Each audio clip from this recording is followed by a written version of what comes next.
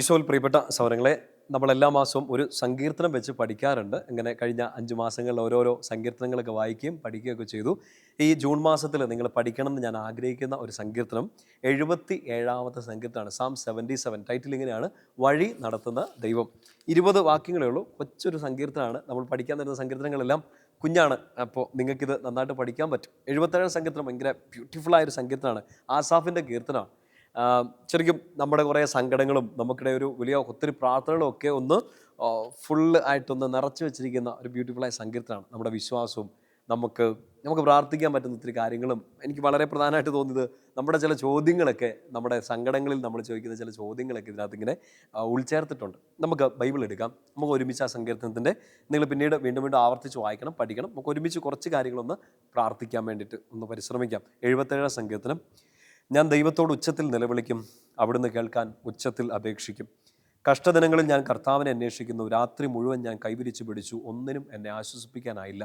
നമ്മൾ ഈ രാത്രി ശുശ്രൂഷയുടെ ഭാഗമായിട്ടാണ് അതെല്ലാം പഠിക്കുന്നത്. നല്ലൊരു വചനമല്ലേ അവിടെ കണ്ടത്? രാത്രി മുഴുവൻ ഞാൻ കൈവിരിച്ച് പിടിച്ചു, ഒന്നിനും എന്നെ ആശ്വസിപ്പിക്കാൻ പറ്റുന്നില്ല. പ്രിയപ്പെട്ട സഹോദരങ്ങൾക്ക് ഈ വചനം തന്നെ ഒത്തിരി അനുഭവങ്ങൾ ഉണ്ടായിട്ടുണ്ടാകാം. സങ്കീർത്തനം 77:2. കഷ്ടദിനങ്ങളിൽ ഞാൻ കർത്താവിനെ അന്വേഷിക്കുന്നു, രാത്രി മുഴുവൻ ഞാൻ കൈവിരിച്ച് പിടിച്ചു, ഒന്നിനും എന്നെ ആശ്വസിപ്പിക്കാനാവുന്നില്ല. ഇങ്ങനൊരു സങ്കടങ്ങളൊക്കെ നമുക്ക് ഉണ്ടായിട്ടുണ്ടാകാം. സങ്കീർത്തനം 77 ഒന്ന് വായിച്ച് പ്രാർത്ഥിച്ചോ.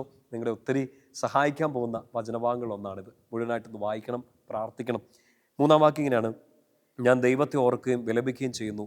ഞാൻ ധ്യാനിക്കുകയും എൻ്റെ മനസ്സ് ഇടിയുകയും ചെയ്യുന്നു. പ്രാർത്ഥിക്കുന്നുണ്ട്, പക്ഷെ എൻ്റെ മനസ്സ് തകർന്നു പോകുന്ന അവസ്ഥകളാണ്. 4-ാം വാക്യം: കണ്ണ് ചിമ്മാൻ അവിടുന്ന് എന്നെ അനുവദിക്കുന്നില്ല. സംസാരിക്കാനാവാത്ത വിധം ഞാൻ ആകുലാണ്. ഞാൻ കഴിഞ്ഞ കാലങ്ങൾ ഓർക്കുന്നു, പണ്ടത്തെ സംവത്സരങ്ങളെ സ്മരിക്കുന്നു. പ്രാർത്ഥിക്കുന്ന ഒരു മനുഷ്യൻ, സങ്കടപ്പെടുന്ന ഒരു വ്യക്തി ഇങ്ങനെ ചോദിക്കുകയാണ്, ആഗ്രഹിക്കുകയാണ്: കർത്താവേ, ഇനി എനിക്ക് കുറച്ച് ചോദ്യങ്ങളുണ്ട്.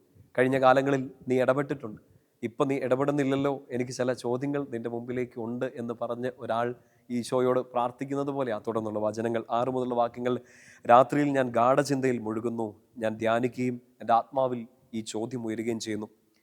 ഇനിയുള്ള ചോദ്യങ്ങൾ ശ്രദ്ധിക്കണേ, നമ്മളൊക്കെ ചോദിച്ചിട്ടുള്ള ചോദ്യങ്ങളാണ്. 7-ാം വാക്യം: കർത്താവ് എന്നേക്കുമായി തള്ളിക്കളയുമോ? ഇനി ഒരിക്കലും അവിടുന്ന് പ്രസാദിക്കുകയില്ലേ? അവിടുത്തെ കരുണ എന്നേക്കുമായി നിലച്ചുവോ? അവിടുത്തെ വാഗ്ദാനങ്ങൾ എന്നേക്കുമായി അവസാനിച്ചോ? കൃപ കാണിക്കാൻ ദൈവം മറന്നുപോയോ? അവിടുന്ന് കോപത്താൽ തൻ്റെ കരുണയുടെ വാതിൽ അടച്ചു കളഞ്ഞോ? 9-ാം വാക്യം വരെ 2-3 ചോദ്യങ്ങളാണ് നമ്മളൊക്കെ ചോദിച്ചതുപോലെ. കർത്താവേ, അങ്ങയുടെ കാരുണ്യം നിന്നോ?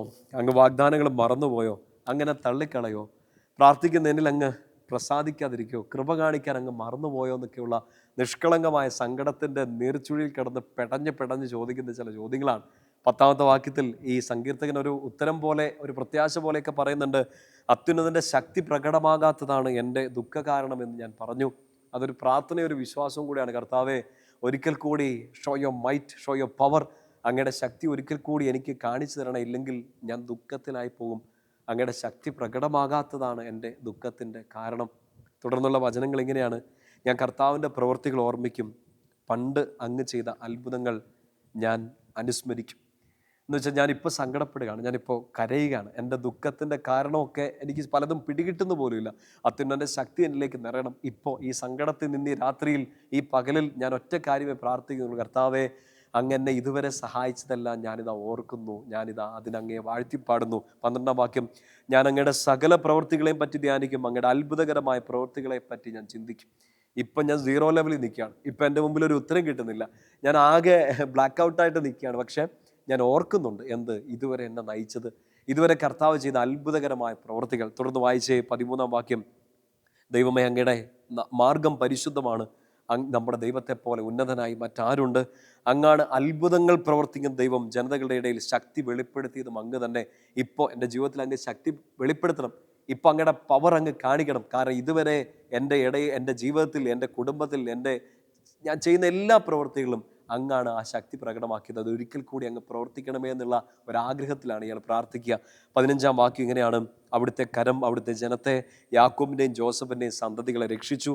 ദൈവമേ, സമുദ്രം അങ്ങയുടെ മുമ്പിൽ പരിഭ്രമിച്ചു, അങ്ങേ കണ്ട് അഗാധം ഭയന്ന് വിറച്ചു.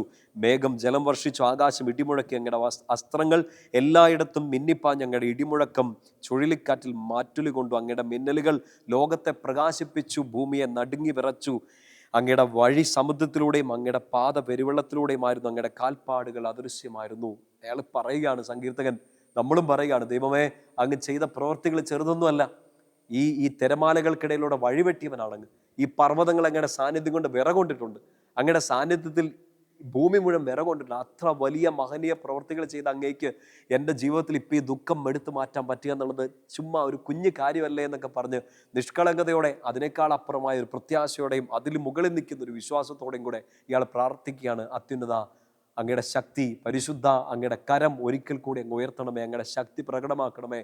അങ്ങയുടെ കരം ഉയർന്നാൽ അങ്ങയുടെ ശക്തി അങ്ങ് ഒറ്റത്തവണ കൂടി ഒന്ന് വെളിപ്പെടുത്തിയാൽ എൻ്റെ ദുഃഖം മാറും, എൻ്റെ ഇരുട്ടിൽ പ്രകാശം തെളിയുമെന്ന് അയാൾ പ്രഖ്യാപിക്കുകയാണ്, വിശ്വാസം ഏറ്റുപറയാണ്. 77 സങ്കീർത്തനത്തിൻ്റെ അവസാനത്തെ വാക്യം, 20ാമത്തെ വാക്യം ഇങ്ങനെയാണ്: മോശയുടെയും അഹ്റോൻ്റെയും നേതൃത്വത്തിൽ അങ്ങയുടെ ജനത്തെ ഒരാട്ടിൻകൂട്ടത്തെ എന്ന പോലെ അങ്ങ് നയിച്ചു. വലിയ പ്രതിസന്ധികളിൽ, വലിയ ബുദ്ധിമുട്ടുകളിൽ ഒരു കുഞ്ഞുങ്ങളെ നയിക്കുന്നത് പോലെ അങ്ങ് ഈ മഹാജനത്തെ നയിച്ചെങ്കിൽ ദൈവമേ, അങ്ങ് ചെയ്ത എല്ലാ പ്രവൃത്തികളെയും ഞാൻ ഓർക്കുകയാണ്. ഇതുവരെ വഴി നടത്തിയ എൻ്റെ ദൈവമേ, ഈ ദുഃഖത്തിൻ്റെ പാതയോരങ്ങളിലൂടെ അങ്ങനെ കൈപിടിച്ച് നടത്തും. ഈ ദുഃഖം ഒരു പെരുമ്പള്ള പാലിച്ചിൽ പോലെ, ഒരു തിരമാല അടിക്കുന്നത് പോലെ എന്നെ മുക്കാൻ ശ്രമിക്കുമ്പോൾ ഈ നടുക്കടലിലൂടെ, ഈ ചെങ്കടലിലൂടെ അങ്ങനെ നയിക്കുമെന്ന് എനിക്ക് നന്നായിട്ടറിയാം. പ്രശ്നങ്ങളൊക്കെ ഒരു പർവ്വതം പോലെ എൻ്റെ മുമ്പിൽ ഉയർന്നു നിൽക്കുമ്പോൾ ആ പർവ്വതത്തിൻ്റെ മുമ്പിൽ എന്ത് ചെയ്യണമെന്നറിയാതെ ഞാൻ നെഞ്ചിടിച്ച് ഹൃദയം നിലച്ചു പോയി ശ്വാസം മുട്ടി നിൽക്കുമ്പോൾ ഈ പർവ്വതങ്ങൾ വിറകൊള്ളിപ്പിച്ച് അങ്ങയുടെ ശബ്ദം അങ്ങ് ഉയർത്തുമെന്ന് എനിക്കറിയാം. ഈ ഭൂമി മുഴുവൻ എന്നെ പേടിപ്പിക്കുമ്പോൾ ആ ഭൂമിയെ മുഴുവൻ ഒരു ഉള്ളംകൈയിൽ താങ്ങി നിൽക്കുന്ന അങ്ങയുടെ കരത്തിൻ്റെ ശക്തി ഞാൻ തിരിച്ചറിയുന്നു. സങ്കീർത്തനം 57 2ാമത്തെ വാക്യത്തിൽ വായിക്കുന്നത് പോലെ ഈ വിനാശത്തിൻ്റെ കൊടുങ്കാറ്റിങ്ങനെ ചീറിയടിക്കുമ്പോൾ ഒരു ഒരു ഒരു വേദന പോലും എന്നെ തൊടാതെ, ഒന്നും എന്നെ ദുഃഖിപ്പിക്കാതെ എന്നെ പൊതിഞ്ഞു പിടിക്കുന്ന പൊന്നു തമ്പുരാനെ, അങ്ങിൽ മാത്രം ഞാൻ ആശ്രയിക്കുന്നു എന്ന് നമ്മളും ഒരു സങ്കീർത്തനം പാടി പ്രാർത്ഥിക്കണം. അത്യുന്നതൻ്റെ ശക്തി പ്രകടമാകാത്തതാണ് ദുഃഖത്തിൻ്റെ കാരണമെങ്കിൽ അത്യുന്നതൻ്റെ ശക്തി പ്രകടമാകാൻ വേണ്ടി നീ ഒരിക്കൽ കൂടി പ്രാർത്ഥിക്കുക. നിൻ്റെ ജോലിയിൽ, കുടുംബത്തിൽ, ശുശ്രൂഷയിൽ, പഠനത്തിൽ ആ മൈറ്റി പവർ, കർത്താവിൻ്റെ അത്യുന്നതൻ്റെ ശക്തി, പരിശുദ്ധൻ്റെ കരം ഒരിക്കൽ കൂടി ഉയരട്ടെ. അത് ഉയരും, ആ ശക്തി പ്രകടമാകും, ഈ ദുഃഖം മാറും. നാളെ ഒരു പ്രഭാതം ഉണ്ടാകും. Hope in him. കർത്താവ് കൈവിടത്തില്ല, വഴി നടത്തും. ആ വഴി നടത്തുന്ന ദൈവത്തെ മുറുകെ പിടിക്കുക. 77 സങ്കീർത്തനം വായിച്ച് പ്രാർത്ഥിക്കുക. കർത്താവ് വഴി നടത്തുന്ന നൂറുകണക്കിന് അനുഭവങ്ങൾ നിങ്ങളുടെ ജീവിതത്തിൽ ഉണ്ടാവട്ടെ. നമ്മുടെ കർത്താവ് ഈശോ മിശിഹായുടെ കൃപയും പിതാവായ ദൈവത്തിൻ്റെ സ്നേഹവും പരിശുദ്ധാത്മാവിൻ്റെ സഹവാസവും നിങ്ങളുടെ കൂടെ ഉണ്ടായിരിക്കട്ടെ. പിതാവിൻ്റെയും പുത്രൻ്റെയും പരിശുദ്ധാത്മാവിൻ്റെയും നാമത്തിൽ ആമേൻ. ഈശോ മിശിഹായ്ക്ക് സ്തുതിയായിരിക്കട്ടെ.